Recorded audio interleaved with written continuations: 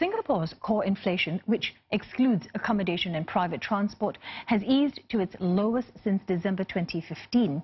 It was 0.3% in January, down from 0.6% in December last year. Headline inflation held steady at 0.8%. The lower core inflation is due to a steeper drop in retail costs, as well as lower services inflation, such as a decline in tuition and other fees.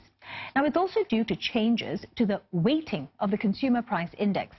However, the fall in core inflation was offset by higher private transport inflation, and this came about due to rising car prices.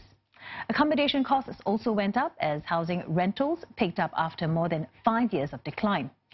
Looking ahead, MAS says the forecast for Singapore's core and headline inflation for 2020 is expected to hold steady between 0.5% and 1.5%. And this is due to the softening labour market and economic uncertainty that could discourage firms from passing cost increases on to consumers. Asian equities tumbled as the coronavirus outbreak shows little signs of easing. The rising number of cases outside of China is stoking worries over further global supply chain disruptions, fueling demand for safe haven assets. Korean shares took the brunt of the selling, the benchmark Kospi losing almost 4%. Now, that's its sharpest one-day fall since October 2018. Heavyweight Samsung Electronics led the way south, shedding more than 4%, while the Korean won hit a 6-month low.